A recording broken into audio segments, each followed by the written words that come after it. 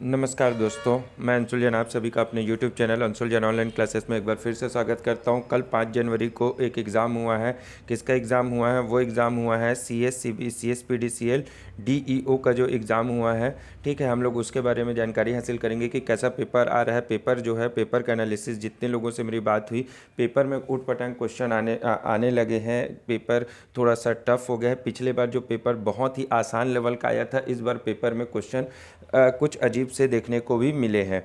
ठीक है, दूसरी चीज़, और भी अब क्वेश्चंस हैं। ये 8-9 क्वेश्चंस तो आप लोगों ने थंबनेल पर देखे ही होंगे। इसके अलावा मेरे पास बहुत सारे क्वेश्चंस हैं, लगभग 20 से 25 क्वेश्चन होंगे। ठीक है, 20 से 25 क्वेश्चन होंगे। पूरे क्वेश्चन आप देख लीजिए, जिससे आने वाले दिनों में जो आपके एग्ज़ाम है, जो आज सेकंड शिफ्ट या थर्ड शिफ्ट में एग्ज़ाम होगा, या फिर उसके बाद जो एग्ज़ाम होने वाला है, उसमें आप लोगों को काम आएंगे कि कैसे क्वेश्चन आप लोगों को करने चाहिए। ठीक है, तो चलिए आज का लेक्चर स्टार्ट करते हैं। लेकिन उसके पहले जो जो हमारे चैनल से नए जुड़ रहे हैं, कृपया चैनल को सब्सक्राइब कर लीजिएगा और बेल आइकन पर क्लिक कर दीजिएगा। और ज़्यादा जानकारी के लिए आप हमारे टेलीग्राम ग्रुप पर भी जुड़ सकते हैं, जहां आप लोगों को क्वेश्चंस भी मैं प्रोवाइड कर दूंगा। ठीक है, चलिए तो आगे बढ़ते हैं और देखते हैं कि क्वेश्चंस क्या क्या आए हुए थे। इसका मेरे पास जो स्टूडेंट ने मेरे को मैसेज किया हुआ है, वो मैसेज मैं आप लोगों को शो कर रहा हूँ आगे। ये मुझे मैसेज किया गया था, जिसमें क्वेश्चन बताया गया था कि गोवन पूजा किसके लिए किया जाता है। गोवन पूजा किसके लिए किया जाता है? रुस्तम सारंग कॉमनवेल्थ गेम्स में कौन सा रैंक लाया था? ठीक है, कौन? रुस्तम सारंग के बारे में पूछा गया था कि कॉमनवेल्थ में कौन सा रैंक लाया था। अब आगे के लिए आप लोग को ये भी कर सकते हो कि रुस्तम सारंग कौन से खेल से संबंधित था, रुस्तम सारंग कौन से राज्य से संबंधित था, ये सब भी आप कर सकते हैं। ठीक है, इसके बाद फसल कटाई के बाद कौन सा नृत्य किया जाता है? प्रथम मराठा शासक कौन है? चित्तौड़गढ़ का मंदिर किसने बनवाया था? ठीक है, ये हो गया। अगला क्वेश्चन और भी क्या है? CGPSC का गठन किस अनुच्छेद के तहत किया गया था? किसका? CGPSC का जो गठन है, किस अनुच्छेद के तहत CGPSC का गठन किया गया था? तो असल में जिसने संविधान पढ़ा होगा, वो एक क्वेश्चन को आसानी से कर सकता था। संविधान में आप लोगों को देखने को मिलता है। ठीक है, इसके बाद बात करते हैं CGPSC का कार्य किस अनुच्छेद में है। किस अनुच्छेद में CGPSC का कार्य, ये भी संविधान में ही आप लोगों को मिलेगा। उसके बाद आगे करते हैं, गौठान में कितने आत्मनिर्भर हो चुके हैं? गौठान में कितने आत्मनिर्भर गौठान हो चुके हैं? बॉक्साइट के भंडारण कितना है? ठीक है, मतलब छत्तीसगढ़ के ही क्वेश्चन आप लोगों को देखने को मिल रहे हैं, बाकी आपको बाहर के क्वेश्चन आप लोगों को देखने को नहीं मिल रहे हैं। आगे, इसके बाद आगे जो क्वेश्चन देखे गए थे, वो है जीमेल किसने बनाया था? विंडो 2007, MS वर्ड और MS एक्सेल से 3 से 4 प्रश्न आए हैं। और ये जो प्रश्न आप लोगों को दिख रहे हैं, ये हर शिफ्ट में आप लोगों को पूछे जा रहे हैं। ठीक है, तो MS एक्सेल विंडो, ऐसा नहीं है कि इसके शॉर्टकट कीज, तो आपको यहाँ से जो 2007 MS वर्ड, MS एक्सेल, इसके आप लोगों को क्या क्या देखने हैं? तो इसमें आप लोगों को क्या देखना है? इसमें जो इसका स्लाइड वगैरह है, या फिर रोटेट कर, मतलब उसको बड़ा करने का, जूम करने का कितना जूम होता है, उसके टाइटल बार, ये बार वो बार, उसमें बहुत सारे बार होते हैं, वो सब आप लोगों को देखना है। इसके शॉर्टकट कीज़ आप लोगों को देखना है। ये सब आप लोग अब आगे आने वाले क्वेश्चन में देख लीजिए। देखिए, शॉर्टकट की से रिलेटेड 3 क्वेश्चन थे। शॉर्टकट की से रिलेटेड 3 क्वेश्चन यहाँ पे आए हुए थे। मेनू से रिलेटेड एक क्वेश्चन था, वही मैंने आप लोगों को जो बताया कि सेव एज, सेव मेनू, उसके बाद फाइल, न्यू फाइल आप लोगों को एंटर करना, ये सब क्वेश्चन आप लोगों को यहाँ पे देखने पड़ेंगे, तभी कुछ हो पाएगा। ठीक है, इसके बाद ये साइज़ से रिलेटेड भी क्वेश्चन पूछ रहा है। 1 पेटाबाइट, 1 टेराबाइट, मेगाबाइट, गीगाबाइट, ये सब क्वेश्चन आप लोगों को यहाँ पे आगे आने वाली शिफ्ट में भी देखने को मिलेंगे।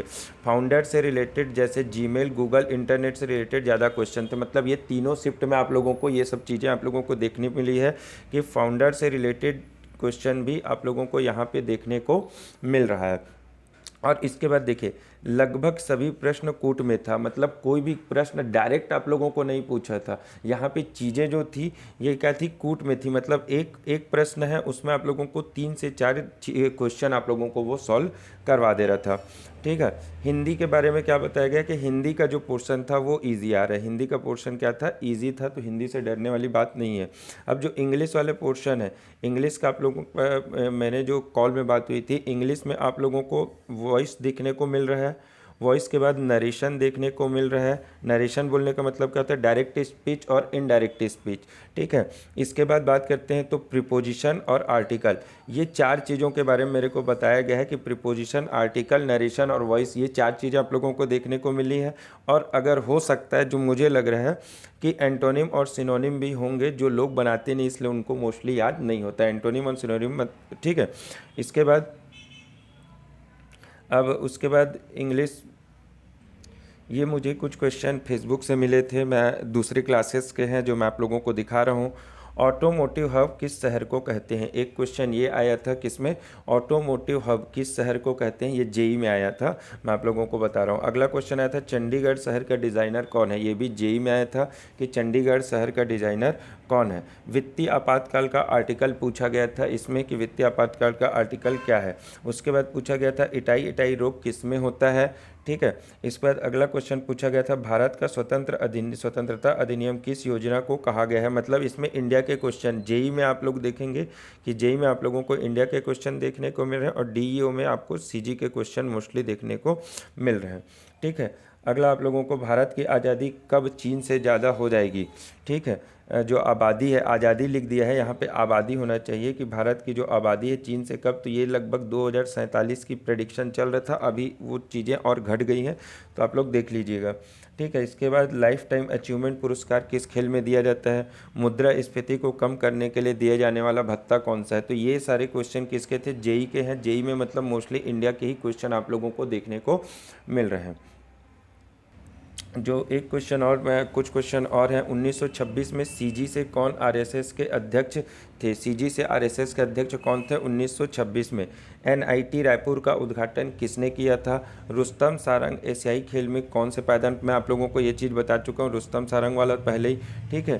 कौन सा गीत है जो बिलासपुर और दंतेवाड़ा में गाया जाता है, बिलासपुर और दंतेवाड़ा में गाया जाने वाला गीत कौन सा है, गोनवा, ये गोनवा नहीं है, गोवन करके जो है, मैं आप लोगों को पहले भी एक क्वेश्चन बता चुका हूँ, ठीक है, वो क्वेश्चन है, ठीक है। अब आगे जो मैथ्स है और रीजनिंग है, इसके लिए मैं एक वीडियो और लेके आऊँगा, ठीक है। थोड़ी देर बाद एक वीडियो आप लोगों को और मिलेगा मैथ्स और रीजनिंग से रिलेटेड कि मैथ्स और रीजनिंग कैसा आ रहा है, क्या है।